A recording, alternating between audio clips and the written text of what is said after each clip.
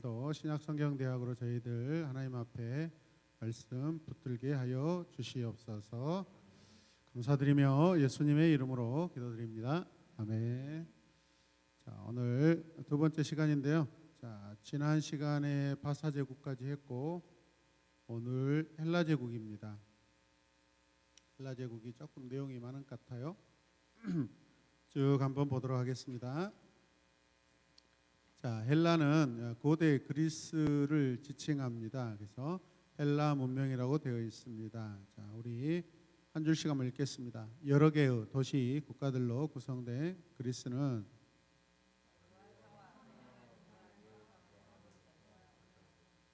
같이요. 또 소크라테스, 플라톤, 아리스토텔레스 등의 철학자들의 사상과 정신을 기반으로 다 그리스의 문명이 한창 흥하고 있는 시점에 페르시아가 쳐들어왔다.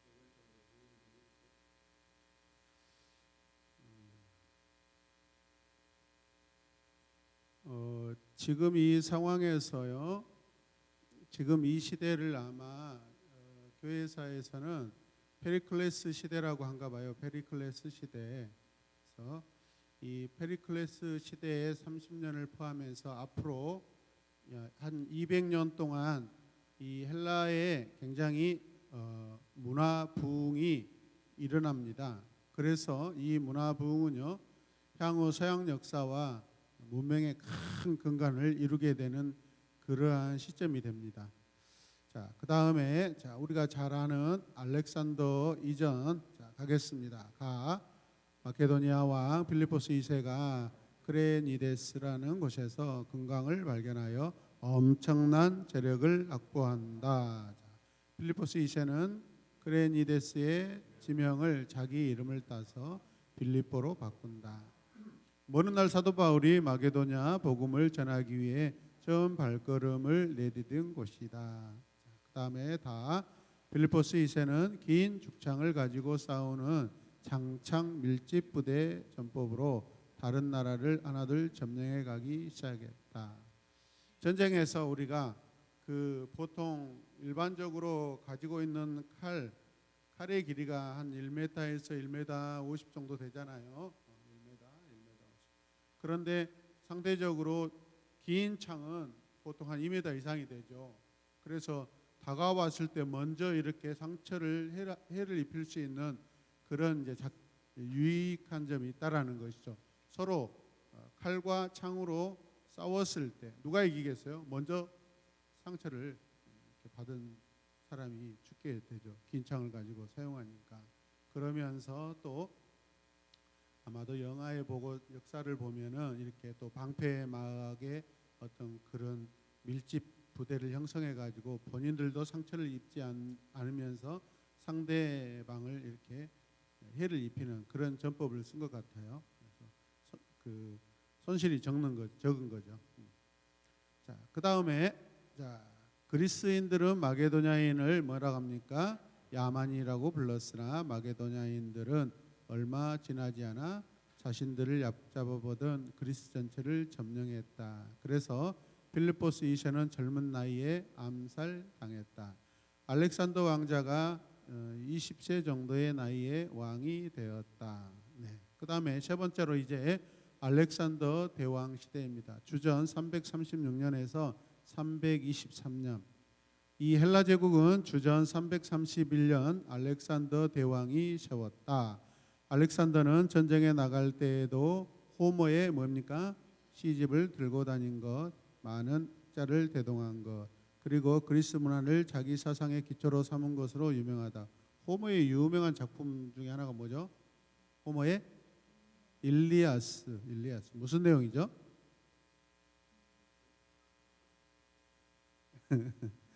네, 네, 알아보시길 바랍니다.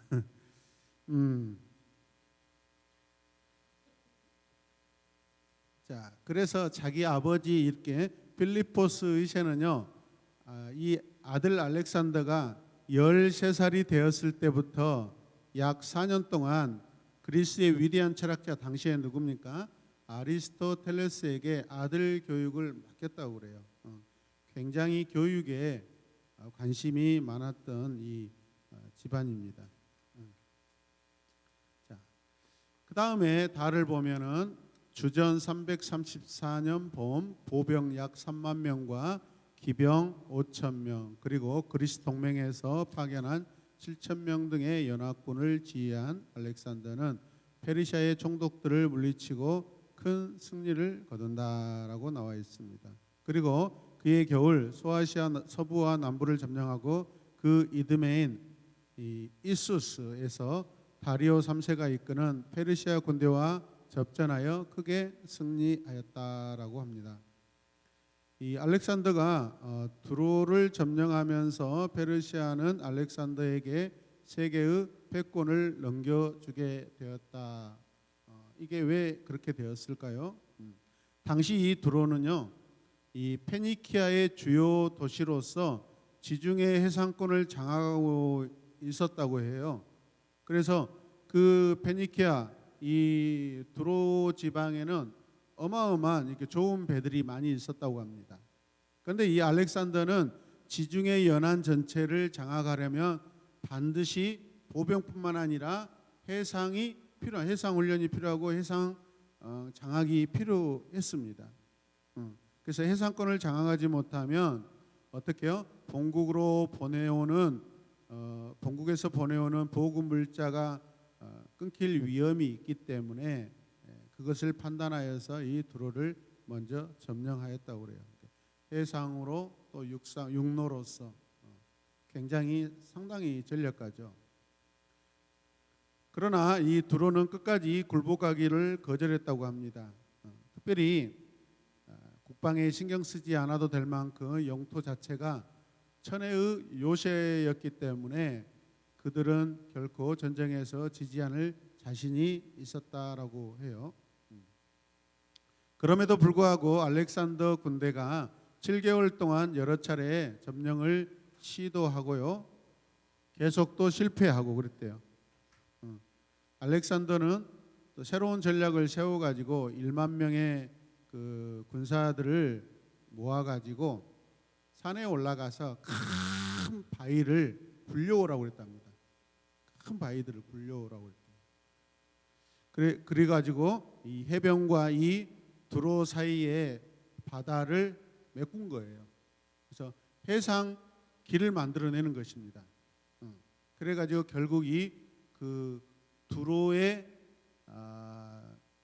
전차 부대가 지나가서 이렇게 전쟁으로 이길 수 있도록 그런 어느 전략적인 방법을 선택했다고 그래요. 산에서 부인들이 큰 돌을 다 굴려와 가지고 바다를 메꾸어서 길을 만들었대요. 그래서 육지와 섬 사이에 다리를 만든 이 알렉산더의 군대는 사륜마차가 가서 그냥 정복했다고 그래요. 대단한, 보면은 열정이 대단하잖아요, 사실은. 승리하기 위해서 지혜를, 우리 역시도 마찬가지. 우리가 신앙생활하면서 신앙에 승리하기 위해서는요, 지혜가 필요합니다. 그 지혜는 내 지혜가 아니라 성령께서 주시는 지혜인 줄로 믿으시길 바랍니다. 자, 밑에 바부터 쭉 읽겠습니다. 같이. 알렉산더는 페르시아의 수도 수사로 쳐들어가지 않고 지중해 연안을 따라 내려가 이집트에서 다시 지중해 연안을 타고 올라가 페르시아의 4대 수도인 수사, 바벨론, 페르세폴리스 차례로 점령했다. 성경에는 수사를 뭐라고 나옵니까? 수산이라고 나오죠. 그 다음에 주전 326년 동쪽으로 계속 진군하여 인도의 인더스강 유해까지 정복했다. 지난 시간에 그 인도에 가서 전쟁을 했다고 그 이야기를 잠깐 나눈 적이 있습니다. 그 다음에 자 읽어주세요. 주전 323년은 병에 걸린 지 열흘 만에 33세의 젊은 나이로 죽었다. 참 젊은 나이인데 엄청난 그런 역사적인 흔적을 남기고 또 그랬습니다. 예전에 영화 하나 나왔죠. 그게 뭐였죠? 우리 뒤에 그 뭐죠? 발 그렇죠. 네. 그 영화의 내용이 나오죠. 주제가. 그래서 거기에서 이렇게 그 내용을 다룬 것을 보았습니다. 자, 박스를 보면 그림이 나오죠. 알렉산더가 정복한 헬라 제국의 지도가 쭉 나오는데 지금까지 앞서서 우리가 보았던 제국보다도 더 큰 영토를 이렇게 확장한 것을 볼 수 있습니다. 그래서 어디죠? 그 이탈리아 반도로 해가지고 이집트 쪽으로 그 다음에 북부 아프리카 쪽으로 쭉 이렇게 확장되는 것을 볼 수 있습니다. 또 알렉산더 대왕의 죽음에 대해서 많은 학자들이 이렇게 이런저런 이야기를 합니다. 그래서 뭐 고대 문헌에는 독살로 죽었지 않나라고 그런 이야기도 있기도 하는데 현대 의학자들이 이렇게 연구를 해보니까 말라리아나 장티푸스로 죽었지 않는가라고 그렇게 추정한다고 합니다. 의학이 발달해서 당시의 그 병의 증상으로 보았을 때 그렇다는 거죠. 보편적으로 그 전에는 독살이라고 많은 그런 이야기를 했죠.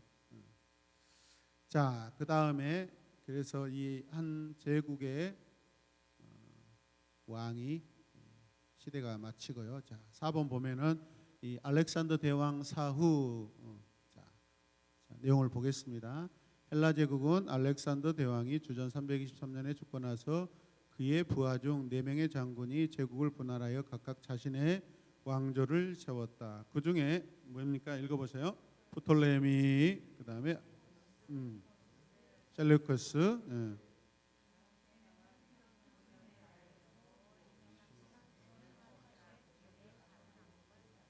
예, 이 우리가 지금 그 중간기를 공부하고 있는데 중간기가 이렇게 형성되는 그 제국들이 어떻게 출발하는가를 이렇게 알 수 있습니다. 그 대표적으로 어디죠? 프톨레미 왕조 애굽, 그 다음에 셀루커스. 다 이 두 제국들은 나중에 이스라엘 역사와 굉장히 중요한 접촉점을 가지고 있습니다. 배경을 이루고 있고 영향도 많이 미칩니다. 그래서 지금 이것을 공부하고 있습니다. 자, 헬라 제국은 네 부분으로 분열되었지만 문화는 여전히 뭡니까? 헬라적이었다. 헬레니즘이라고 되어 있습니다. 자, 프톨레미가 어디 쪽이라고 했죠? 이집트. 이스라엘의 그 왼편이죠. 왼편. 자, 보시면 쭉 보면은 그 다음에 셀루키드가 어디예요? 오른쪽에. 쭉 보겠습니다. 자, 셀루키드 왕조의 지도가 있고 헬라 제국의 영향. 자, 보겠습니다. 헬라 시대 그리스 언어와 문화 및 사상은 문명 세계 전역에서 주도권을 가졌다. 헬라어는 교육과 무역의 언어가 되었다. 교육과 무역의 언어가 되었다. 사도행전 17장에 가면 바울이요 이 아덴에서 뭐하죠? 두 학파들과 그 변증을 이렇게 벌이죠. 그 성경은 아덴이라고 그러고 지금은 이제 우리 아테네죠. 에피쿠로스 학파하고 스토아 철학자들과 논쟁을 벌이는 사건이 일어납니다. 당시에는 그 광장이나 공개 장소에서 한 사람씩 이렇게 번갈아 가면서 자기 주장을 이렇게 설파하는데 거기에서 이제 자기의 영향력이 드러나게 됩니다. 그런데요, 여러분 보시면 이 헬라 철학의 특징이 뭐냐면 인간의 몸과 영혼은 서로 별개이다라는 것입니다. 영혼과 몸을 분리시키는 거예요. 그러면서 영혼이 육체보다 중요하다고 그렇게 주장합니다. 영혼과 우리는 이제 영혼을 이제 하나로 보는 거죠. 영혼과 육체 이것을 분리시키는 것을 이원론이라고 합니다. 이원론. 잘 써놓으십시오. 이원론. 나중에 우리 기독교 역사에 많은 이단들이 출현하는데 거기에 대표적인 그 이단들이 바로 이런 이원론적인 그런 사상을 가지고 이렇게 나타나기 시작합니다. 그래서 기독교를 굉장히 위협하는 세력으로 등장하게 되는 거예요. 그래서 그 시작이 어디서 왔냐? 어디예요? 지금 헬라에서 온 거예요. 지금 그 사람들이 이렇게 그 영은 귀하고 존귀하고 육체는 무익하다라고 그렇게 주장하는 그런 이유들이 있어요. 보이는 것과 보이지 않는 것 때문에 사실 그렇습니다. 인간의 한계죠, 사실은.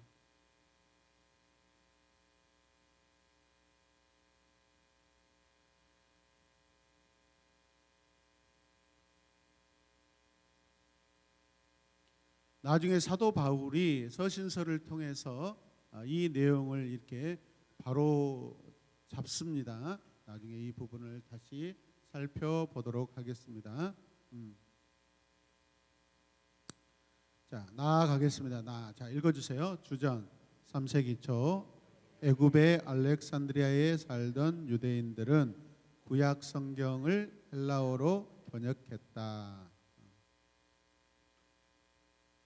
이것을 뭐라고 하냐면 70인역이라고 합니다. 70인역.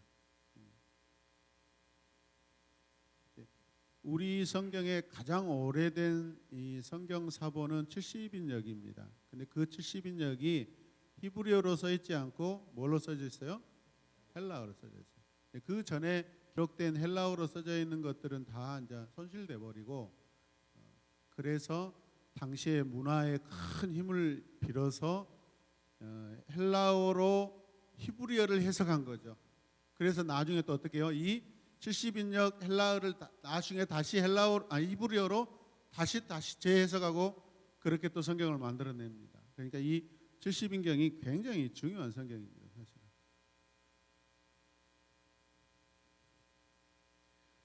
자, 그래서 신약도 헬라어로 기록되었고 그 당시 지식인층의 언어였기 때문이다.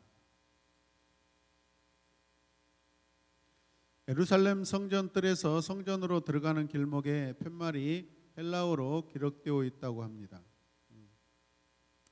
자, 이방인들은 이 거룩한 곳에 들어오거나 이곳을 더럽히지 말 것, 붙잡히는 사람은 죽음이 따른다라는 것을 기억하라. 이런 내용들이 기록되어 있다고 그래요. 자, 바울 사도가 이 경고를 무시했다는 이유로 나중에 체포가 됩니다.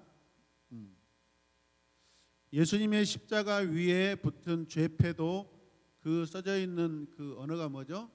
헬라어로 이렇게 기록되어 있습니다. 아람어, 헬라어. 자, 예수님은 몇몇 헬라인을 대상으로 사역하셨다. 자, 이스라엘의 독립왕국. 자, 지금부터 이제 더 가까워지고 있습니다. 이스라엘에 가까워지고 있습니다. 자, 배경을 보시면 자, 우리 첫 번째 줄 읽어주세요.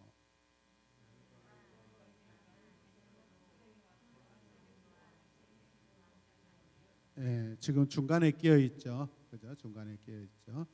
나는 가운데 줄 읽어주세요. 가운데 줄. 자, 프톨레미 왕조는 주전 323년에서 1908년까지 팔레스타인 지방을 다스렸다. 프톨레미 1세 주전 301년 프톨레미 1세가 팔레스타인을 이집트에 뭐합니까? 합병시켰다. 그 다음에 3번을 보시면 프톨레미 2세. 자, 이쪽 우리 김희선 집사님 쪽 읽어주세요. 가.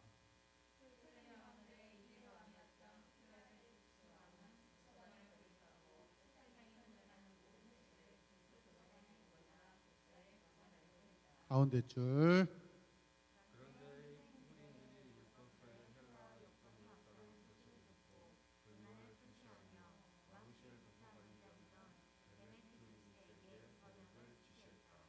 오른쪽 줄.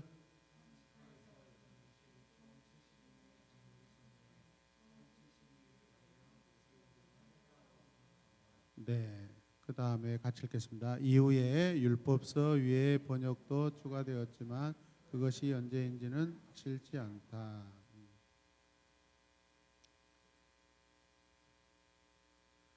자, 그 다음에 셀루키드 왕조로 넘어가겠습니다. 지금 페르시아 제국 그쪽에 있어요. 저쪽에 아수르 쪽에. 자, 주전 198년부터 이스라엘이 독립왕국을 이루게 될 때까지 팔레스타인 지방을 다스렸다. 예루살렘 성전도 예외일 수 없었다. 안티오쿠스 3세, 주전 198년 셀루쿠스 왕조의 안티오쿠스 3세가 프톨레미 왕조로부터 팔레스타인을 빼앗아 어떻게 합니까? 시리아에 합병시켰다. 그 다음에 처음에는 유대의 전통적 관습과 종교 생활의 자유를 허용하고 세금도 3년 동안 면제해 주었다. 그러나 주전 190년 밑줄 긋고 같이 보십시다. 로마와의 전쟁에서 참패한 안티오쿠스 3세에게 5천 달란트라는 어마어마한 배상금이 부과되자 막대한 배상금을 채우기 위해 안티오쿠스 3세는 나라 안에 있는 신전들의 재산을 압류하기 시작했다. 그러자 곳곳에서 이에 대한 백성들의 반대가 일어났고 안티오쿠스 3세는 결국 암살당하고 말았다. 다음에는요, 셀루쿠스 4세입니다. 셀루쿠스 4세 역시 많은 조공을 바치라는 로마의 압력을 받았다. 그도 역시 예루살렘 성전의 재산을 강탈하려고 시도하였지만 역시 거기에 밑줄을 그으세요. 유대인들의 강력한 반대. 밑에 줄 보시면 얼마 후 셀루쿠스 4세는 한 장군에 의해 살해당했다. 그 유대인들의 강력한 반대 가지고 의로운 유대인들이라고 써놓으셔도 됩니다. 4번 안티오쿠스 4세, 셀루쿠스 4세의 동생이다. 스스로 자신의 이름을 뭐랍니까? 에피파네스, 무슨 의미예요? 신의 현현자. 자기가 뭐 거의 신이라는 뜻이죠. 그러니까 고대 시대에는 이 왕이 거의 신을 대변하고 있습니다. 신을 대변하고 있습니다. 그래서 우리 초기 기독교, 고대 기독교인들이 신앙에 가장 어려움을 겪는 것이 우리가 주일 오후에 예수님의 이름을 이렇게 우리가 배울 때 그 통치자 주인을 뭐라겠죠? 큐리오스라 했잖아요. 로마 제국의 황제도 큐리오스라고 그러고 그 다음에 우리 주님도 우리의 주인으로서 통치자로서 큐리오스잖아요. 어떤 큐리오스를 선택하느냐죠. 사실은 어떤 주를 선택하냐. 이것 때문에 다 죽어갑니다. 사실은. 과거에 주님을 많이 가까이 하셨잖아요. 몸에다 많이 이렇게 집어넣어서 그 주님이 많이 내 안에서 임재하시고 가득 채워지고 그런 삶을 살다가 지금은 전혀 다른 지금 큐리오스를 섬기고 계시잖아요. 본인 이야기도 잘 이해를 못하고 액체 주님을 많이 이렇게 우리가 섬겼죠. 그런 것입니다. 얼마나 힘들었겠어요. 그러면서 사실은 보세요. 로마 황제 앞에 가서 큐리오스 그렇게 하지만 속으로는 주님이라고도 외치는 사람도 있을 것이고 또 어떤 핍박을 받는 사람들은 그냥 거기에서 나의 큐리오스는 예루살렘의 주 예수 그리스도다라고 그렇게 당당히 고백하신 분들도 있고 심장이 약한 사람들은 그냥 큐리오스 하면서 자기 속으로는 주님 용서해 주세요 하는 분도 있을 것이고 아예 뭐 주님을 부인하고 로마의 큐리오스 하시는 그런 분들도 있을 것이고 우리의 신앙은 각각 다르니까요. 분량이 그렇지 않겠습니까? 자, 주님이 판단하실 줄로 믿습니다. 자, 그 다음에 어디입니까? 다 읽읍시다.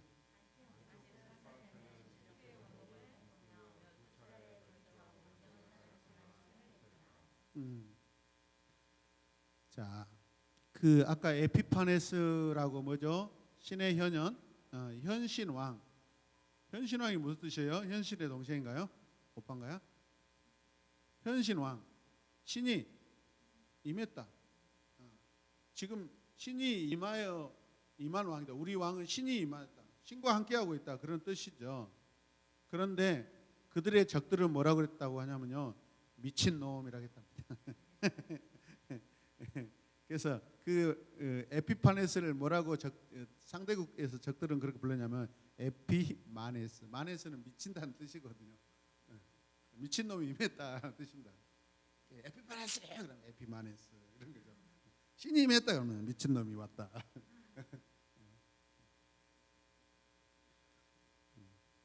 자, 대부분 이렇게 그 신분을 이렇게 어떤 비유로 이렇게 그렇게 상징해서 하는 것 그런 이유는 자기들이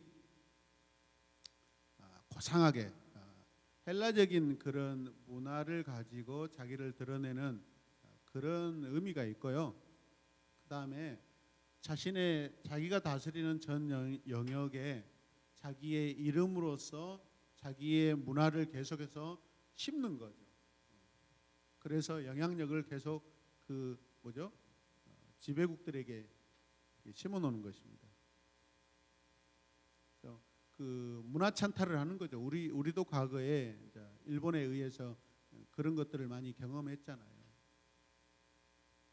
제가 예전에 교회 다니기 전에 어떤 것에 관심이 많았냐면 그런 역사에 관심이 많았어요. 일본 사람들이 우리나라의 그 명산들 꼭대기에 보통 약 2m에서 3m 되는 이런 쇠 말뚝을 막 박습니다. 그 이유는 조선의 혀를 끊어야 된다고. 그러면서 또 그런 의미에서 전국에 있는 모든 곳에 그 곡식 약탈을 위해서 운반해야 되는데 철도를 놓잖아요. 그래서 그 명산들을 이렇게 다 끊고 이렇게 그런 작업을 벌일 때 당시에 지역의 그 유지들 엄청 반발도 심하고 어떤 선비들은 그냥 목숨을 끊어버리고 어떻게 저 망나니 같은 쇠로 된 망나니가 우리 동네 그냥 이상한 소리를 내고 지나갈 수 있냐 나는 못한다 하고 목숨 끌고 죽어보고 막 그럽니다. 선비들이. 그런 일들이 바로 어떤 문화적으로 완전히 지배하려고 하는 것이죠. 그 다음에 다 가겠습니다. 안티오쿠스 4세는 이집트 정복을 꿈꾸며 2차례에 걸쳐 원정을 떠났지만 뭐합니까? 실패했다. 그런데 이제 이게 지금 이 셀리퀴드와 뭐죠?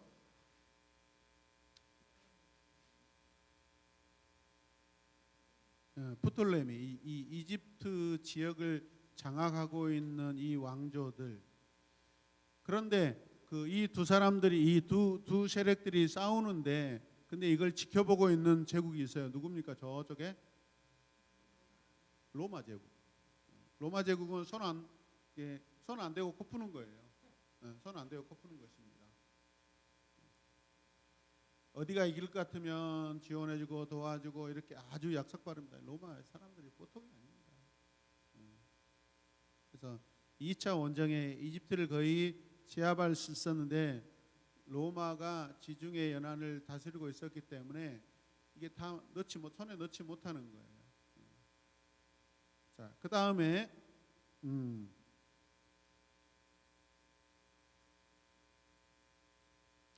그런 말이 있습니다. 로마 장군 포필리우스라는 사람이 이 안티쿠스 4세를 세워놓고 자기 부하를 세워서 안티쿠스 4세 주위에 둥그런 원을 이렇게 그리게 했다고 합니다. 그 원에서 나오기 전에 로마와 싸울 것인지 아니면 그냥 돌아갈 것인지를 결정하라고 그랬다고 해요. 거의 뭐 생사여탈권을 로마가 가지고 있다라는 것을 공포하면서 그것을 인정하라고 하는 것이죠. 그런데 이 안티쿠스 4세가 조용히 뒤돌아서 나왔다고 그럽니다. 싸우고 싶지는 않았나 봐요. 자, 그다음에 라로 가겠습니다. 자, 안티오쿠스 4세는 실패 원인을 뭐라고 합니까? 유대인들에게 뒤집어씌워 예루살렘 성을 유린한다. 유대인들이 헬라 사상 수용을 거부하여 온 제국이 똘똘 뭉치지 못했다라고 핑계를 댔다고 합니다. 당연한 거죠. 유대인들은 피지배국으로 있지만은 유대의 하나님에 대한 그죠? 하나님을 버릴 수가 없죠. 그 유대 문화를 절대 버릴 수가 없죠. 근데 그걸 빌미로 삼은 거예요. 그 다음에 또 이유가 뭐냐면 유대인들은 자기 지역에 합병돼 있지만은 전쟁에도 출전하잖아요. 그런데 안식일에 갈까요, 안 갈까요? 안 가버려. 전쟁하다 안식일이 찾아오면 돌아와 버려. 그러니까 전쟁의 실패 원인을 유대인들이 다 뒤집어 씌우는 거예요. 그래서 그 핍박이 심한 겁니다. 여러분 이런 사건들은 그냥 우리가 바라보면 안 됩니다. 지금 이 시간에도 마찬가지입니다. 우리의 삶에 주도권을 누가 가지고 계시고 우선순위를 무엇로 붙들 것인가 지금 그것을 결정하는 거예요. 이 시대에 여러분들이 예수님 믿는다고 누가 여러분을 칼 들고 죽일 사람이 어디 있어요? 패는 칼보다 더 강하다라고 하는 말도 있잖아요. 우리의 사상이 지배당하면은 우리는 우리 안에 우리 영혼 안에 우리 영혼을 붙들고 계시는 하나님을 거부하는 것과 똑같습니다. 이 시대에 지금 유대인들이 그런 신앙의 어떤 선택권을 가지고 연단을 당하고 있는 거예요. 그래서 앞서 제가 유대인들의 전쟁을 어떤 유대인이라 했죠? 의로운 유대인. 네. 유대인들을 그런 이유로 많이 죽입니다. 그래서 경건한 유대인들과 제사장 650명을 세워놓고 마차가 달려가는 길에다가 눕혀놓고 마차가 깔려서 죽이게 만들고 막 그런 일을.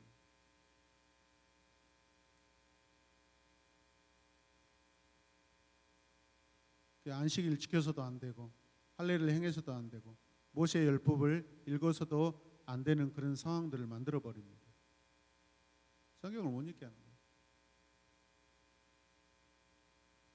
만약 성전에 가서 제사를 드리면 죽임을 당했다고 그래요.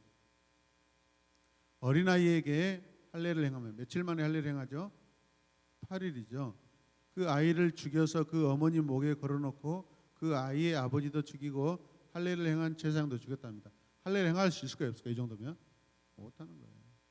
그러니까 어떻게 해요? 집에서 몰래 하겠죠. 축제가 되지 못하는 거죠. 유대인의 법이 공법으로 선포되지 못하고 영향을 가질 수 없도록 만들어버리는 것입니다. 그 다음에 극에 달한 성전 모독죄를 저질렀다. 어떤 내용일까요? 예루살렘 성전을 헬라의 신 제우스에게 봉헌해버립니다. 바쳐버립니다. 그 다음에 예루살렘 성전에는 이방 신의 신상이 성전 제단 위에 세워졌다고 해요. 헬라 군인들은 예루살렘 성전에서 돼지 피가 흘러나오게 했다. 하여튼 이 사람들이 성경을 연구했나 봐요. 하나님이 하지 말한 거 가장 싫어하는 것들은 거기서 다 하게끔 만들어버려요. 대제사장 직분은 가장 높은 값을 입찰하는 사람에게 돌아갈 정도로 타락했다고 합니다. 돈으로 매수해버리는 겁니다.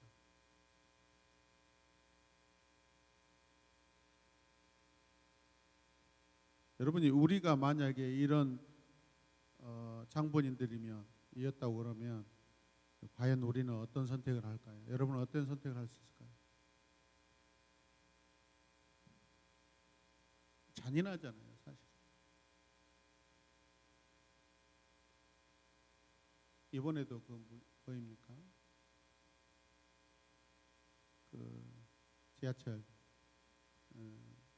그 사건도 집요하잖아요. 직장에까지 찾아가고 찾아가는 동안 근무조 확인하고 참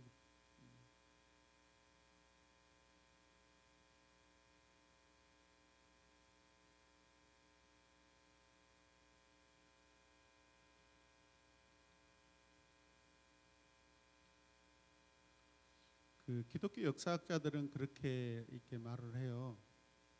기독교가 핍박의 시대에 오히려 정말 복음이 순수 복음이 더 잘 전해진다고. 시대가 자유가 많으면 오히려 우리 순수 복음 기독교는 더 변질되고 타락한다. 이 시대를 말하고 있어요. 우리도 마찬가지. 오늘도 어떤 분과 이렇게 양육 들어오기 전에 오랜 시간 통화를 했는데 본인은 어쩔 수 없이 자기 때문에 자녀들이 대형 교회를 나가게 되었는데 큰 교회이다고 해서 신앙 교육을 잘 시키는 것은 아닙니다.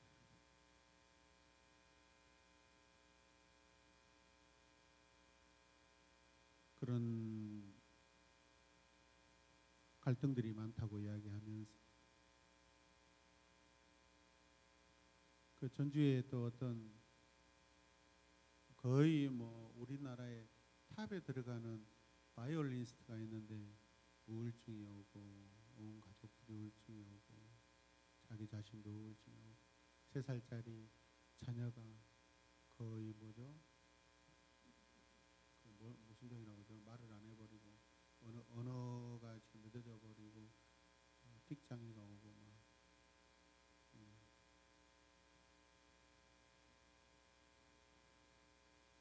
집을 잠깐 나와서 산책을 하고 싶은데 가족들이 안 도와줘. 그러다가 기회를 얻어서 산책하면서 산책하는 동안에 많은 눈물을 흘렸다고 해요. 저한테 어떻게 하면 좋을까요? 뭘 어떻게 해? 전주에 있는 집 앞에 있는 교회를 가고 있는데 과연 그 교회가 그 영혼을 새로운 에마본 교회처럼 정말 거머리처럼 달라붙어가지고 잘 해결해 줄 수 있을까? 제가 그랬습니다. 예배 때 오도록 부모들이 지금 30 중반 정도 되는데 이 자매가 남편도 믿지 않고 온 가족도 믿지 않고 그런데 이제 운전이 서툴러서 장거리 운전하는 걸 또 가족들은 반대하고 그럼에도 오도록 한번 우리 교회 한번 예배 한번 드리면 또 은혜가 있지 않겠습니까? 저의 꿈 그 소망 중에 하나는 우리 찬양팀 찬양할 때 김선 집사님 옆에서 바이올리니스트가 영감 있게 연주하면서 우리 의연이 잘했잖아요 이번에. 엄마가 틀렸어. 의연이한테 혼나도 돼. 우리 의연이 박수 한번 쳐줘요. 나는 의연이를 보면서 참 성격이 독특하다 생각해. 누가 뭐라 뭐 개의치 않아? 들린다고. 3층에서 연습하는데 내가 말 시킨. 야, 나를 무서워하지 않고 나의 의견을 전혀 반영해주지 않는 유일한 사람이 있냐면 정의연 학생입니다. 근데 어떨 때는 그 모습이 좋아요. 틀렸는지 말았는지 자기가 분명히 해야 될 거 하고 있는 이 모습이 참 좋다. 그래서 잘 이렇게 강습을 받고 하면 참 좋은 연주자도 될 수 있다고 생각하고 우리 연이가 조금만 더 이렇게 해서 같이 이렇게 여기에서 우리 관현악단으로 했으면 좋겠습니다. 네. 그것 때문에 기도한 거 아니었어요 오늘 오셔서? 네. 주님 우리 의연이를 세워주시옵소서. 좋잖아요. 그래서 신앙의 음악은 우리 영혼을 치료해 줍니다. 우리 삶의 방향도 가지런히 해주는 은혜의 그 힘을 가지고 있습니다, 여러분. 할렐루야죠. 그 다음에 또 어딜까요? 혁명의 직접적인 원인. 자, 읽어주세요. 오니아스 3세 형제 야손 밑줄 그으세요. 야손 중요한 인물입니다. 셀리키드 왕 안티오쿠스 3세에게 대제사장의 직분을 돈으로 구입했고 예루살렘의 체육 경기와 같은 헬라 풍습을 도입했다. 어떻게 유명한 사람이요? 안 좋게 유명한 사람이요. 야손, 야비한 놈이요. 자, 그 다음에 두 번째 뭐예요? 메넬라우스. 자, 야손을 밀어낸다. 밀어낸 자도 나타나네요. 제사장의 혈통이 아니었지만 안티오쿠스 4세의 총애를 얻어 대제사장이 된다.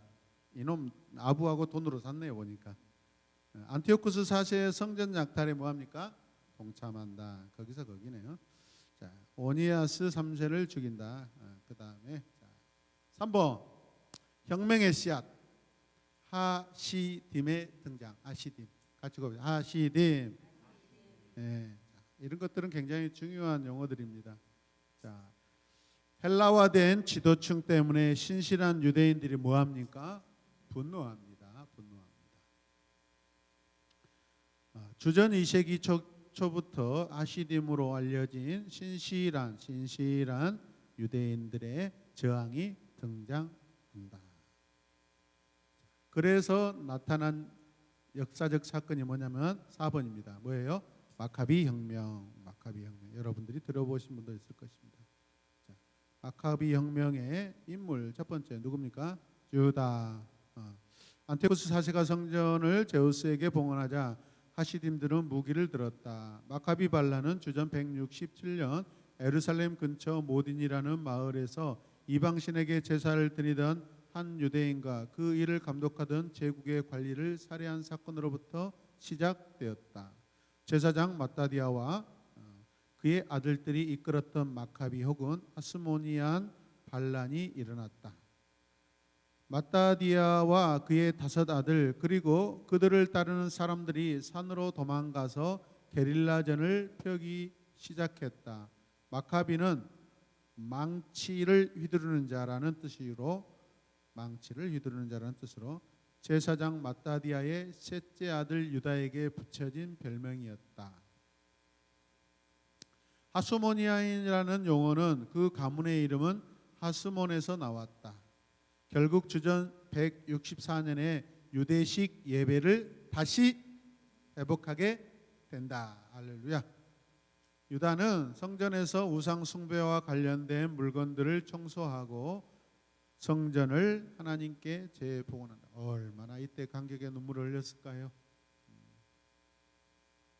그래서 9번 수전절이라는 유대의 절기는 이 사건을 기념하는 절기이다.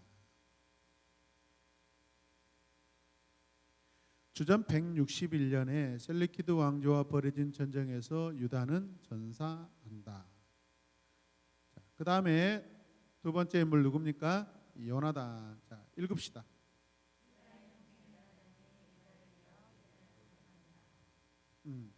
그 다음에 계속요. 읽으셔야 돼요. 그래야 머리에 새겨집니다. 그 다음에 다의 뭐예요? 하스모니안 왕조. 마카비 왕조, 하스모니안 왕조. 첫 번째 인물이 누굽니까? 시몬. 요나단의 형제 시몬도 대제사장이 된다. 시몬은 주전 143년부터 로마의 보장 아래 독립왕국을 구가한다. 시몬은 유다 백성들에 의해서 대제사장이자 행정장관으로 선포된다. 하스모니안 왕조가 시작된 것이다. 시몬과 그의 후계자들은 사실상 왕의 지위를 누렸다. 두 번째 인물 누굽니까? 요한 히르카누스 1세. 남방의 이두메 사람들을 쳐부수고 유대계로 개종하도록 강요했다. 요단강 건너편과 이의 북방 지역까지 진출했다. 그 과정에서 그리심산에 있는 사마리아의 성전을 뭐합니까? 파괴해 버렸다. 아주 좋아요. 자, 세 번째 아리스토블루스 1세. 자, 읽으십시오. 요한 이르카누스가 자신을 이어 통치하도록 한 아리스토블루스의 어머니를 몰아내고 세 명의 동생들을 감금하고 통치자가 되었다. 유대인 통치자로서 왕이라는 칭호를 처음으로 사용했다. 처음이라는 사건들이 많이 나오고 있습니다. 네 번째는 누굽니까? 알렉산더 얀네수라고도 합니다. 감금되어 있던 아리스토블루스 1세의 동생이었다. 아리스토블루스 1세의 아내 살로메, 알렉산드리아가 동생들을 석방하고 제일 큰 동생인 알렉산더 얀네우스와 결혼하여 통치권을 이양했다. 하수모니안 가문에서 가장 잔악한 자였다. 전승에 의하면 800명의 폭도들을 체포하여 예루살렘으로 압송한 다음 십자가에 매달아 죽였다고 한다. 자기 부인들과 함께 십자가 앞에서 향연을 베풀게 했고 십자가에 매달린 남자들의 아내들과 아이들을 그들의 눈앞에서 살해하도록 했다. 잔인하네요. 그 다음에 살로메 알렉산드라, 같이 읽겠습니다. 알렉산더 야네우스가 죽은 이후에 부인 살로메 알렉산드라가 지배권을 이양받아 9년 동안 통치했다. 아들 히르카누스 2세를 대제사장으로 임명했다.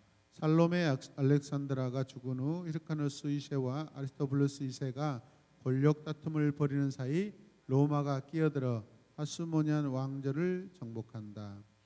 하수모니안 왕조는 초기에 이상을 지녔지만 말년에는 권력에 집착하는 사람들로 전락했다. 8번은 하수모니안 왕조 가계도라고 나와 있습니다. 나중에 보시고 마지막에 뭡니까? 이스라엘의 독립왕국 기간이 이스라엘 백성들에게 끼친 영향. 이스라엘 백성들은 이스라엘이 다윗의 왕권을 회복하는 때가 도래했다고 기대하게 된다. 중요한 부분입니다. 그 마카비 혁명이 있었죠.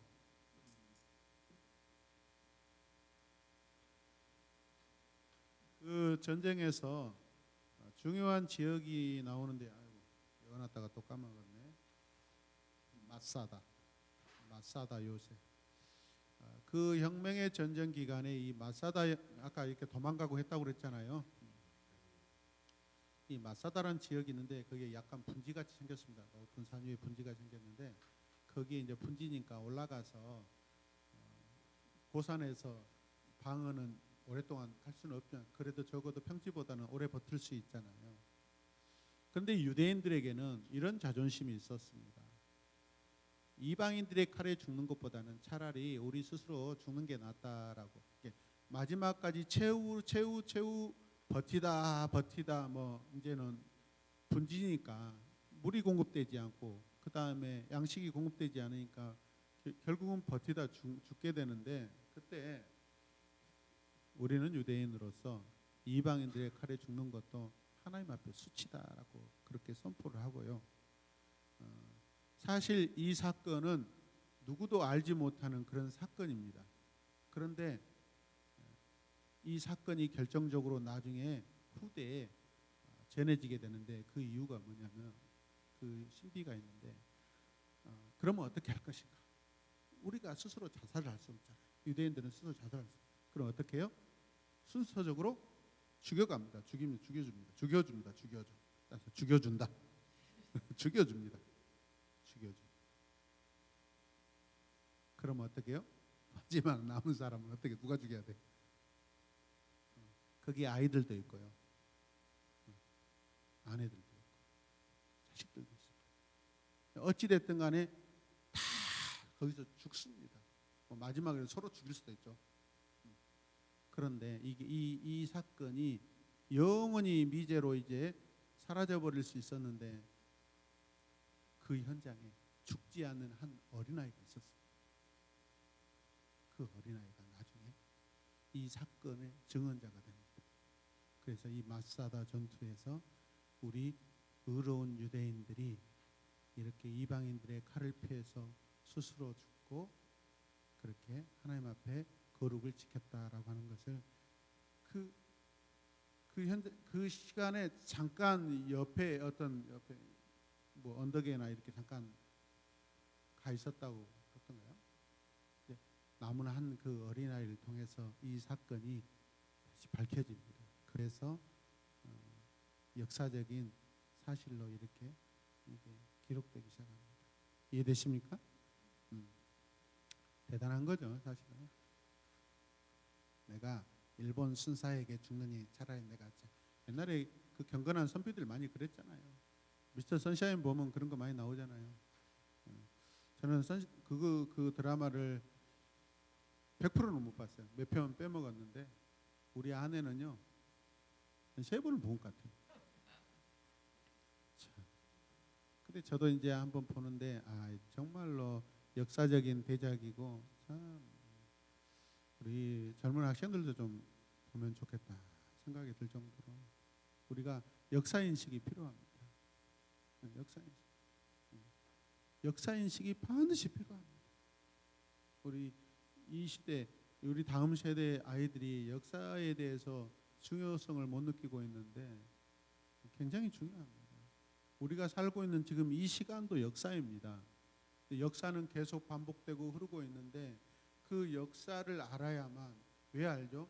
거기에 하나님이 우리를 어떻게 보호하시고 지켜오셨고 우리를 살게 하셨는가? 세상을 하나님이 어떻게 심판하셨는가? 영원한 제국은 없잖아요. 지금 그걸 보고 있는 것입니다. 그 놀라운 그 왕조들이 다 발흥했다가 다 쇠퇴하고 사라지고 그러는데 지금 누구만 남아있어요? 유대인들만 남아있다고. 유대인들만 남아서 이 옆에 흩어지고 거기서 이렇게 또 생겨나고 하는 것이죠. 그런 차원에서 여러분 역사 기록된 역사만 남는다라는 말이 있습니다. 기록하지 않으면 우리는 도무지 알 수가 없는 것입니다.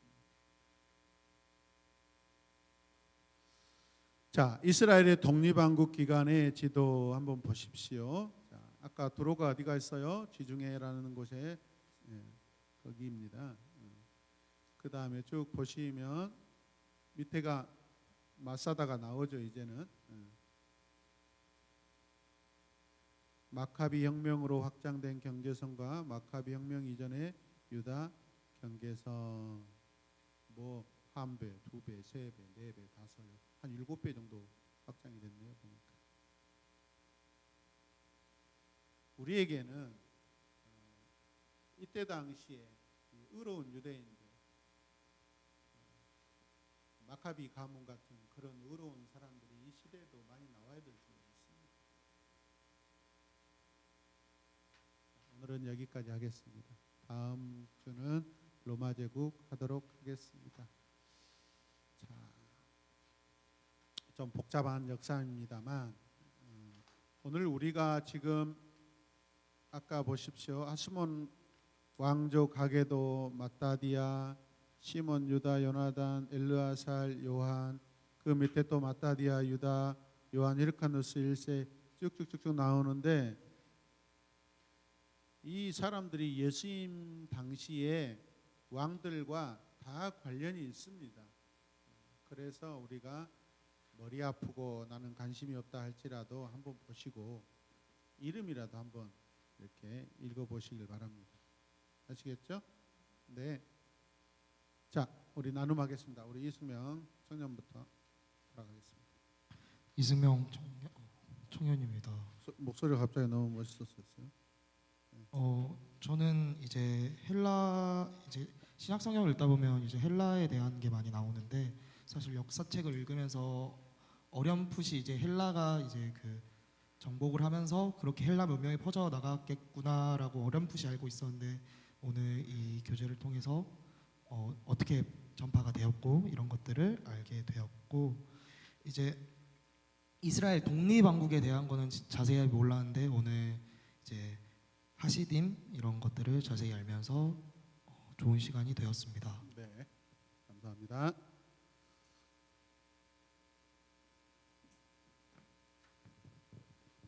네, 문선미 집사입니다. 저는 15페이지 프톨레미 제2세 이분이 세상이 현존하는 모든 책을 도서관에 모으며 그 히브리인들의 그 율법서에 헬라어 번이 없다는 소식으로 인해서 다시 헬라어로 번역하게 된 이 또한 하나님의 역사심이다라고 생각을 했습니다. 고레스 왕이 고레스 칙령으로 인해서 성전을 건축하듯 우리 히브리어로 된 성경을 다시 헬라어로 이렇게 번역을 해서 그대로 또 보존을 했다는 사실, 또 그 사실을 알게 돼서 참 좋았습니다. 그러니까 처음에는 히브리 성경이 있었죠. 모세오경이 있었는데 그걸 가지고 헬라어로 이제 기록해서 보존했는데 나중에 그 히브리어 성경이 왜 손실됐을까요? 수많은 전쟁으로 인하여서 다 손실돼 버리고 사라져 버린 것이죠. 그러나 이제 강대국들이 가지고 있는 70인경은 그죠? 그들의 힘에 의해서 보관되었는데 그걸 가지고 다시 역해석한 거죠. 아시겠죠? 감사합니다. 최종환 집사입니다. 정말 오늘 뭐 어려운 용어들이 너무 많이 나와가지고 머리 아프죠? 네, 머리 아픕니다. 제가 알고 있는 건 헬라 제국이 아니라 헬라 문명, 그리스에서 도래됐다. 그 정도로만 알고 있었는데, 하지만 그 이스라엘 백성들을 생각하면은 그 주변국들을 통해서 헬라 문화를 도입하여 가지고 구약 성경도 만들고 이스라엘의 그 흐름을 더 주변국을 통해서 이스라엘 백성들의 마카디비 혁명 그걸 보면서 그 가운데서도 이스라엘 백성들이 하나님을 섬기는 모습 그리고 아무튼 거기까지 좀 생각해봤습니다. 네, 감사합니다. 네, 조광도 집사입니다. 저는 예수님이 오시기 전까지 정말 많은 일이 그리고 저희가 알지 못했던 그냥 침묵기라고만 생각했지 이런 큰 전쟁들 뭐 이런 사건들이 있는지는 거의 몰랐었죠. 처음 들은 이야기들이 많고 그 속에서 16페이지 보면 안티오쿠스 4세는 실패의 원인을 유대인들에게 뒤집어 씌워 예루살렘 성을 유린한다 할 때 정말 그 과정 속에서 이 유대인들이 얼마나 힘들었을까.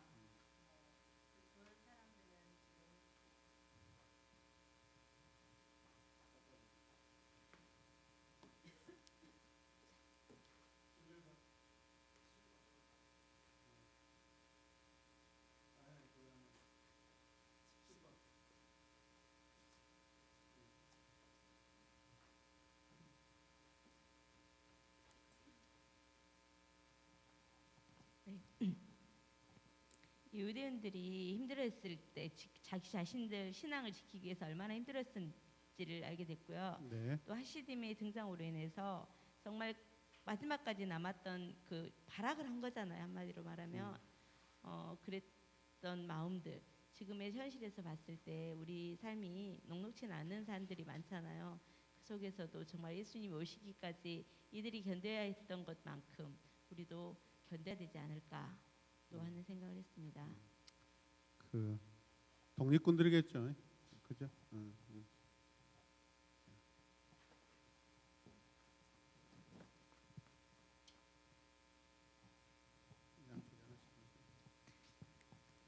홍혜정 집사입니다.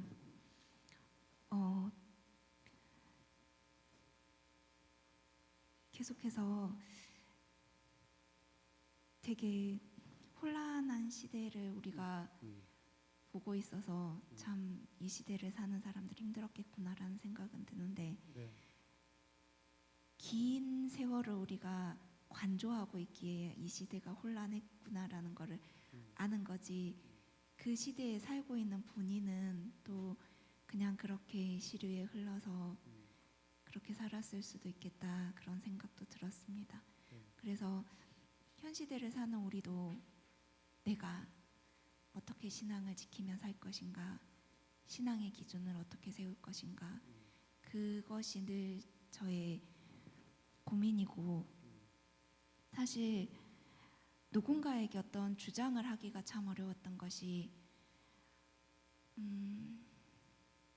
내가 배웠던 그러니까 신앙을 가르치시는 분들이 아주 강하게 주장했던 것들, 그러니까 우리의 신앙의 본질인 예수 그리스도의 십자가의 보혈과 죄사함과 또 그런 본질 외의 다른 것들은 아주 강하게 그것을 위해 어떤 무언가를 하셨지만 그것이 그때는 맞았지만 지금은 아닌 것들이 참 많아서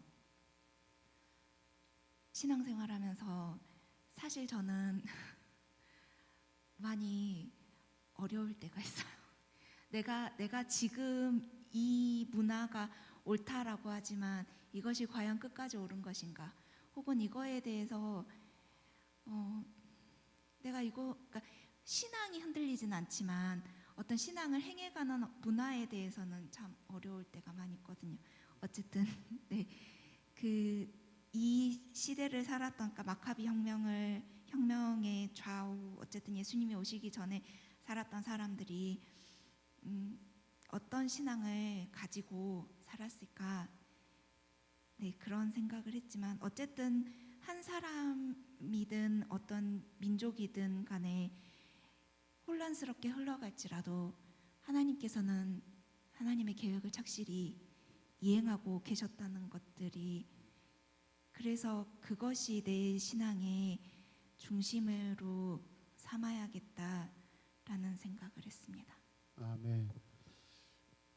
그분들도 결국 우리 이 시대에 마치 우리와 같이 혼란의 시대 속에서도 문화 속에서도 신앙의 정절을 지키려고 노력하고 또 외부적인 그런 문화의 압박이나 신앙의 압박을 거부하면서 싸운 거잖아요. 그죠?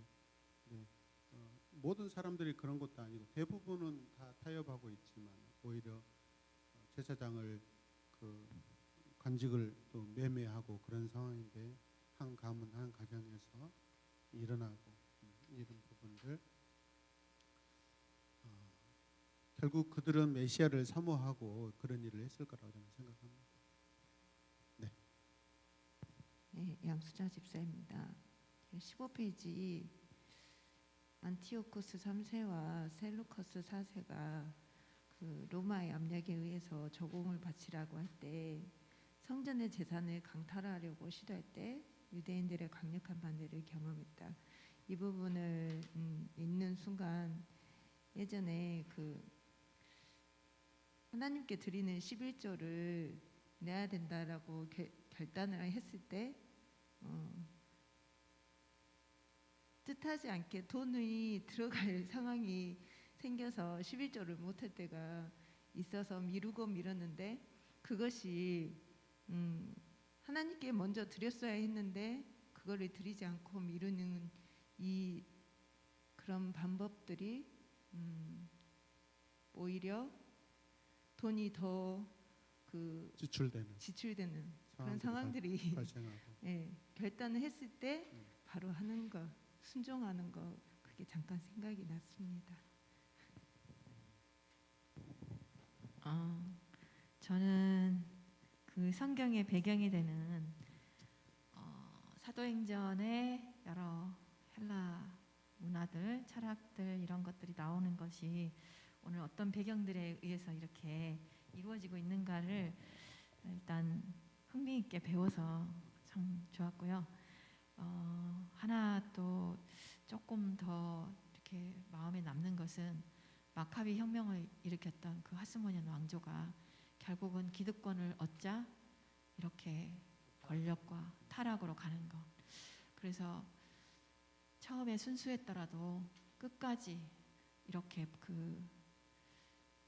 기본, 정절 이런 신앙을 잃지 않는 특히 진짜 우리가 더 부유했을 때 그런 것들을 잘 지켜가야 되겠구나 이런 게 교훈이 됐습니다.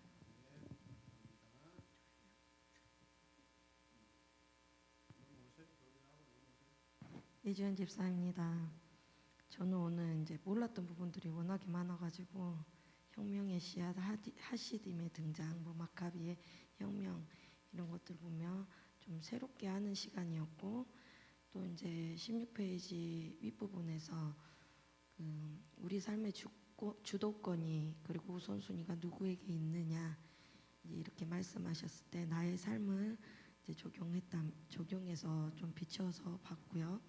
또 그 시대의 사람들이 신앙의 선택권을 가지고 연단당하고 있는 것들을 보면서 지금 이 시대도 마찬가지고 신앙의 선택권을 가지고 연단당하는 이들도 있고 저 또한도 신앙의 선택권을 가지고 연단당하는데 그것을 더 순종함으로 나가는 제가 되기를 기도하는 시간이었습니다.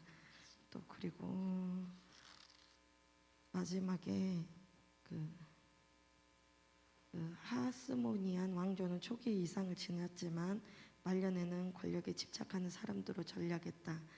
우리가 정말 믿음의 신앙을 하나님의 그 첫사랑을 기억하고 그것을 끝까지 뭐 권력에 집착하는 말년에는 신앙이 무너지지 않도록 기도로 또 말씀으로 또 예배로서 또 저희 가정에서 하나 되는 저희 가정 되길 기도합니다. 그래서 우리 기독교 공동체는 물량주의로 가면 안 됩니다. 우리 교회가 반드시 부흥해야 되지만 의미 없는 숫자 부흥은 절대 우리를 죽이는 것입니다. 숫자가 많아지면 헌금은 저절로 많아질 수밖에 없습니다. 그렇지만은 그 안에 비신자들은 더 많아지고요. 그래서 그것 때문에 지도자들은 더 오늘 이 사건처럼 더 타락하게 될 것입니다. 그다음에 우리 홍 집사님이 아까 그 좋은 말씀하셨는데 지금도 그렇지만 이 시대도 마찬가지입니다. 왜 타락했을까? 그거는 자기 논리입니다. 자기 신념 때문에 그렇습니다. 이들이 하나님을 위해서 싸웠지만 지금 이 시대에도 지금 여기저기 광장에서 어떤 운동하고 하시는 분들이 기독교 이름으로 막 함부로 하죠. 사실 그게 복음의 변증이 아니고 복음 선포가 아니고 그냥 정치 신념입니다. 개인의 정치 신념입니다. 이 시대 겨우 우리 100년 겨우 넘었는데 지금 우리나라 기독교가 이렇게 처참하게 무너지는 것은요. 우리 수준이 너무 약한 겁니다. 그렇게 못 먹고 못 살고 그 살다가 하나님으로 인하여 믿어서 복을 좀 얻었어요. 복을 얻자마자 그 복을 더 이상한 복으로 영생 복락이 아니라 이 세상에 안정을 위한 복을 추구하고 그잖아요. 그런 것들이 많아지다 보니까 여러분 버릴 수 없게 되는 것입니다. 그것을 지키기 위한 방법으로 자기 소유를 지켜줄 수 있는 정권을 선택하고 그 공동체 그 편에 있는 그런 잘못된 신념들을 가지고 그래서 우리가 이 신념을 구분해야 돼요. 신앙과 신념은 전혀 다릅니다. 과거에 저도 잘못된 신념, 건강하지 못한 신념 자체는 그 하나님과 아무런 관계가 없는 것들입니다. 그냥 기독교 이용해 먹는 것이 성도 이용해 먹는 것이고요. 성도 데리고 가서 막 데모하고 뭐하고 하는 것이고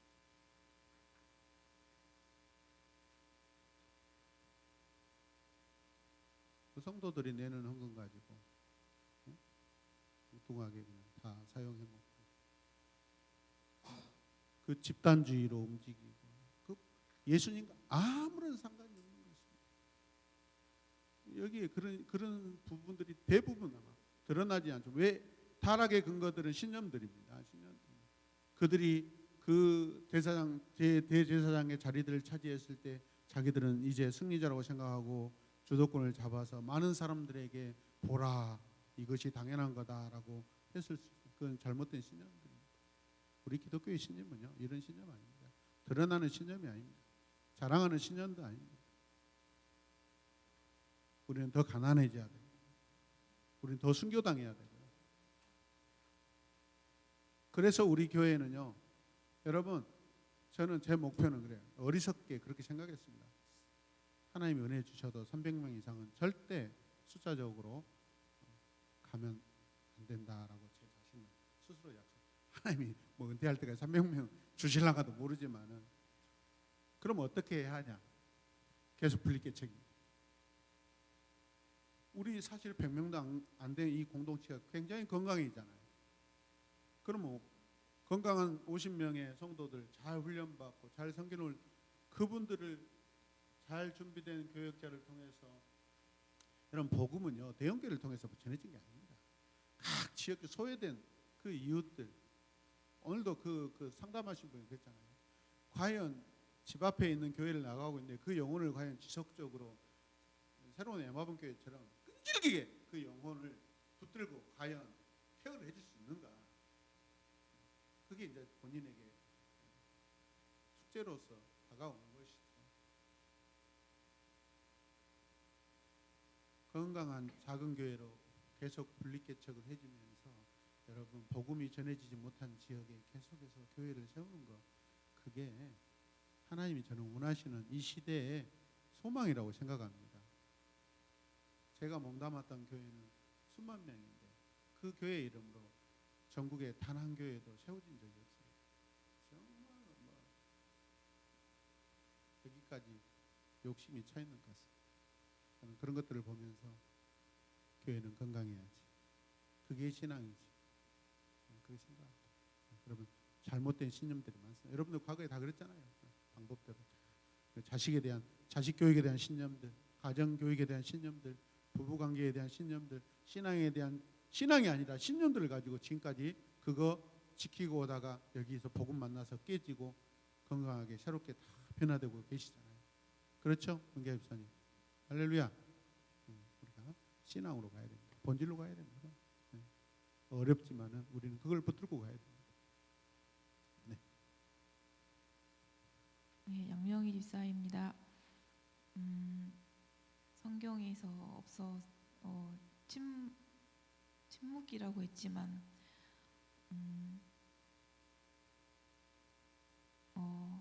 어마어마하게 많은 일들이 벌어졌고 네. 저는 몰랐던 일들이었는데 오늘 좀 알게 되었고요. 그래도 이해는 못했고요. 네. 다 이해를 못하고 있을걸요. 괜찮습니다.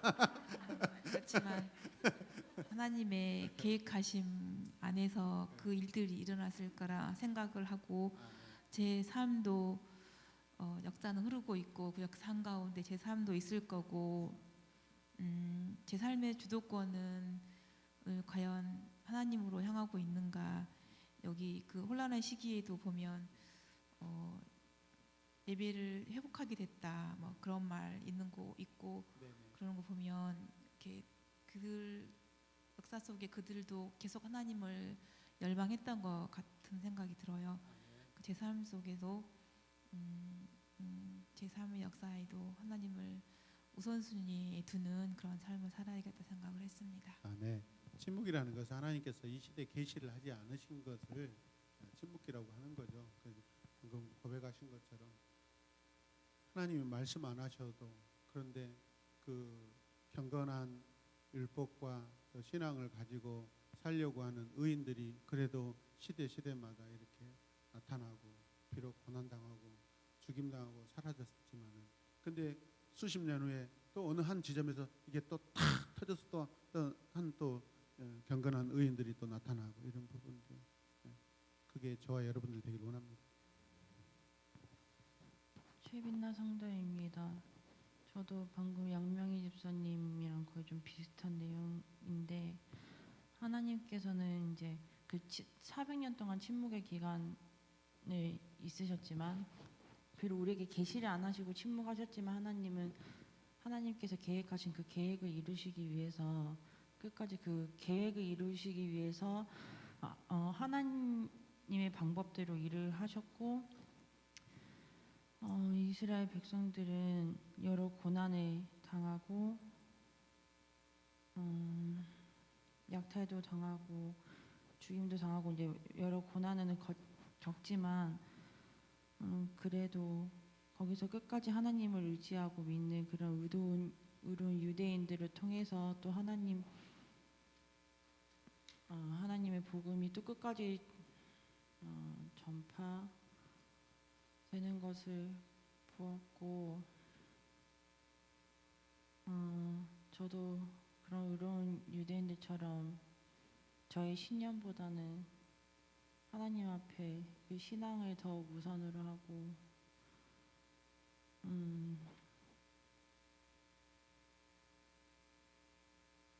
이 시대에 타락하더라도 저의 신념보다 저의 신앙을 더 굳건히 지키는 그런 그리스도인이 되기를 소망합니다. 네, 저는 타락해도 타락하지 마십시오. 감사합니다.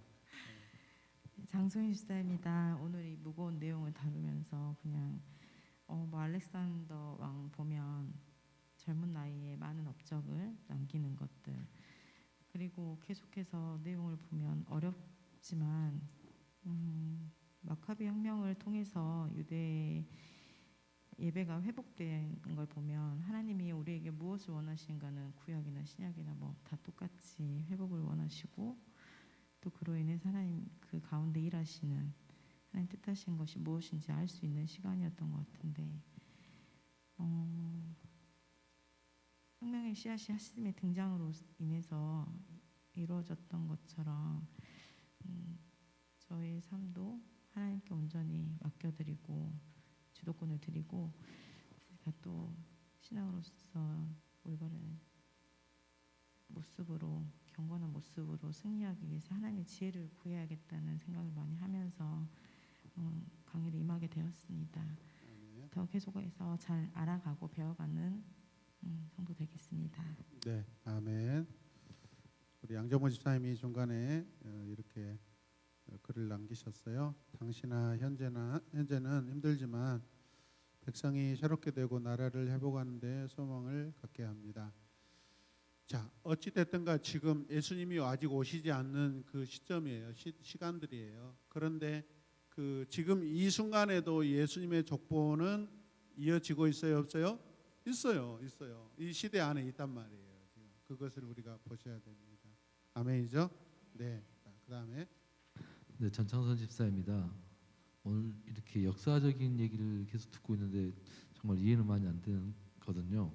근데 신약이 써지기 전에 그 역사적 배경을 듣다 보니까 그 영화 제목이 계속 자꾸 생각이 나더라고요. 그 예수는 역사다라는. 근데 오늘 이 공부를 하면서 이런 역사적인 배경을 정말 조금 더 이해하고 또 이러한 것들을 주일학교 친구들과 성경을 믿지 않는 이들에게 좀 더 자세하게 설명을 해주면서 신약의 역사적인 배경까지 배워서 이렇게 고백을 하게 된다면 그런 믿지 않는 자들에게 훨씬 더 쉽게 이해할 수 있도록 설명할 수 있겠다라는 생각을 하게 됐습니다. 너무나 유익한 시간이었습니다. 이상입니다. 예수님 언제 오실까요? 여러분, 뜬금없는 질문 한번 하겠습니다. 예수님 언제 오실까요? 오실 것 같은가요? 오시겠죠.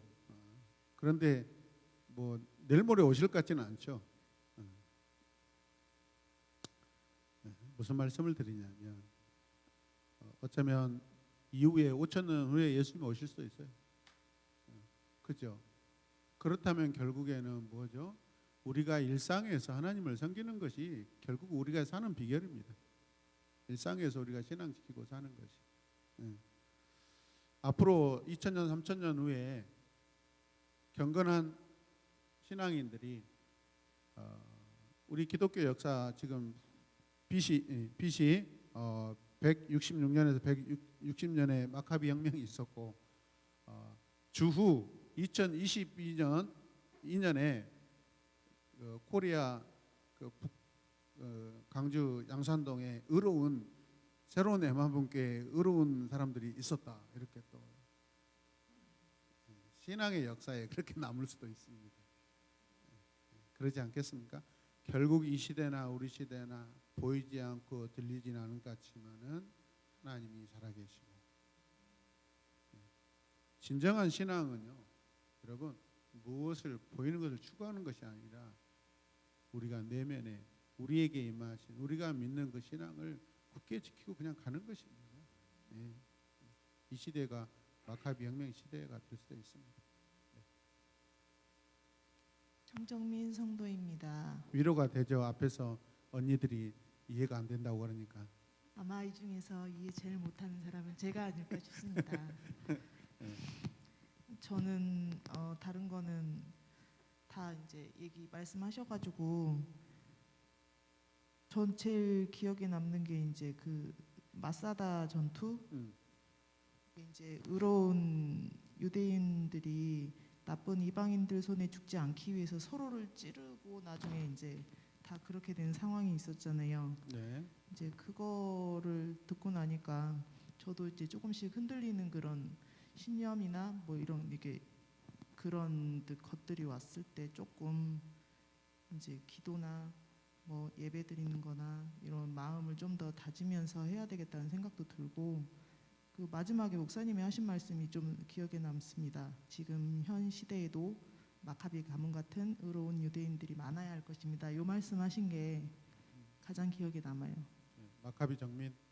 정민? 네. 정민 마카비. 감사합니다. Your name is.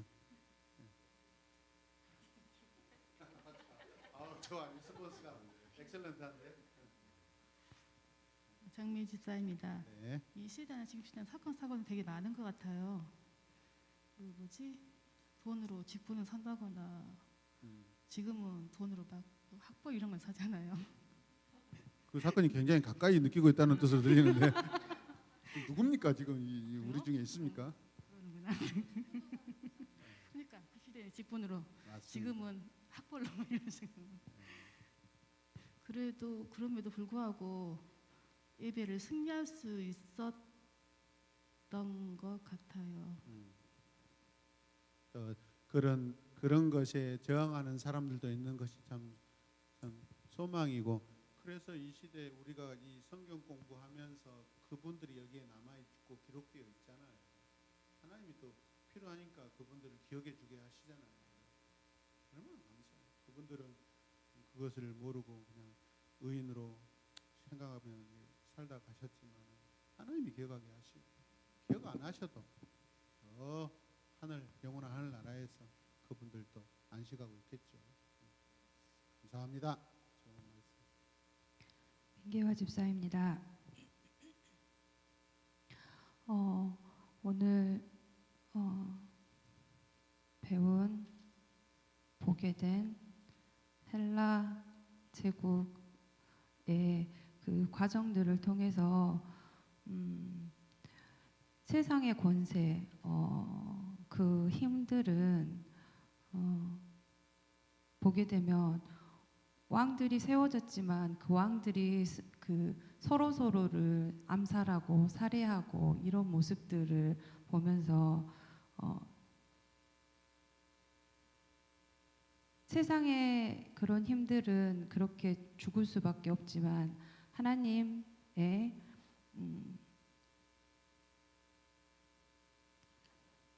하나님의 주라고 말씀하셨던 그것은 하나님이 이 지금 침묵하는 400년 동안이지만 그 중간중간에 뭐 헬라어로 성경이 번역되게 하시고 또 의로운 의인들을 통해서 하시님이 등장하게 하시고 또 마카비 혁명을 통해서 또 성전이 새로 재봉헌되게 하시는 이런 과정들을 통해서 그 예수님이 오실 것을 이렇게 준비하고 있다라는 것을 보게 되었습니다. 그러면서 그 의로운 의인들, 그 의인들이 가지고 있었던 그 하나님을 향한 신념과 믿음, 그러한 것들이 보여지면서 이게 목사님께서 이번 주일날 말씀하셨다고 또 금방 말씀하셨던 것처럼 보여지기 위한 믿음이 아닌 정말 나타내지는 믿음으로 우리가 살아가야 되고 내가 또 살아가겠다라고 결단을 하게 되었습니다. 그 마카비 혁명으로 이거는 또 그냥 우스갯소리로 하고 싶은 말인데 우스갯소리는 아니에요. 마카비 혁명으로 확장된 경계선이 처음에는 그 예루살렘이라는 작은 그 정도의 경계선이었지만 이 혁명을 통해서 그 이렇게 확장되고 갈릴리 바다 위에까지 계속 확장되면서 예수님께서 오셔서 예수님께서 또 복음을 증거하러 다니게끔 이렇게 하셨던 그 반경들을 더 넓혀 주었다라는 좀 그런 생각들도 하게 되었습니다. 그렇죠. 역사의 바운드리가 그렇게 기억하고 있고 또 그것도 기억할 수 있겠죠. 감사합니다. 방송실 김지은 청년입니다. 저는 오늘 들으면서 혼란의 시기 속에서 신실한 유대인들을 통하여 예배가 회복되는 것은 결국 하나님을 우선에 두고 믿음을 지킨 유대인들 덕분에 되었다 생각을 하면서 하나님을 늘 우선순위에 두며 주님의 보이지 않는 계획 가운데 따라가는 삶을 살아가기 위해 힘쓰겠습니다.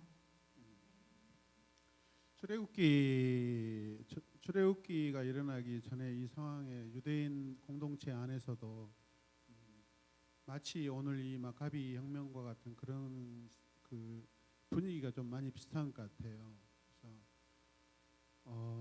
저는 어떻게 모세 후계자가 여호수아가 될 수 있었을까? 뭐 우리가 열심히 따라다녔고 거기 막 산에서도 지켜내고 해막도 지켜내고 막 이러잖아요. 저 믿음이 어디서 왔을까? 근거. 그런데 여러 이렇게 뭐죠? 역사서 책이나 이렇게 그런데 보면은 그 이집트 안에서 유대인 공동체가 있는데 그 유대인 공동체 안에 그 출애굽 사건이 이루어지기 전까지 당시의 지도자는요 여호수아의 아버지 눈이었습니다. 눈의 아들 여호수아, 눈의 아들 여호수아 계속 그 이야기를 하잖아요. 성경은요 이 이름을 거론한 것은요 반드시 의미가 있습니다. 그냥 당대 이름만 거론되는 경우도 있지만은 누구의 아들, 누구의 아들. 그것은 하나님이 반드시 그 사람과 이 사건과 신앙이 연결되어 있기 때문에 그렇게 연결하시는 것입니다. 긍정적인, 부정적인 다 마찬가지입니다. 그런데 눈이라는 사람이 당시 그 이집트 안에 유대 공동체의 지도자입니다. 이해되시죠? 그러니 결국은 승리자가 어디서 옵니까? 가정교육에서 일어나는 거예요. 잘 신앙교육을 잘 전하고 잘 받은 자가 좋은 모델로서 모세의 후계자가 되는 것이 보여지고요. 그러나 이방인인데 정말 순수한 믿음으로 모세를 따랐던 갈렙, 그나스 이방 민족인데 이 사람은 나중에 갈렙이 유다 지파로 돌아가지고 예수님의 조상이 되는 또 은혜의 또 이 줄기로 또 하나님이 또 한 사람을 또 이렇게 세우십니다. 두 사람. 전통적 순수 신앙 혈통과 은혜 혈통. 이해되시죠? 이게 재밌습니다. 결국은 사무엘도 나중에 자기 자식들 다 타락하고 그뿐입니까? 기도원 시대도 마찬가지. 다 그렇습니다. 우리가 살기는요 절대 이 신앙의 유산을요 우리와 내 자녀들까지 계속해서 공유하셔야 돼요. 그게 하나님이 지금 시대를 통해서 우리에게 알려주시고 이게 귀하다는 것을 보여주고 주님이 오실 때까지는 어찌 됐든 간에 복음은 이어질 것입니다. 누구를 통해 이어질 것인가? 저와 여러분 통해서 이어져야 됩니다. 그죠? 다 떠나더라도 나는 주님 곁에 남겠습니다. 저는 그것을 우리가 같이 보았으면 좋겠습니다. 할렐루야. 하나님 감사합니다. 오늘도 우리에게 신념이 아니라 신앙이고 또 하나님에 대한 사모함, 구원에 대한 사모함, 주가 오실 것에 대한 사모함으로 의로운 가정, 자녀, 집안이 되게 하여 주시고 신앙의 공동체 되게 하여 주시옵소서. 감사드리며 예수님의 이름으로 기도드립니다. 아멘.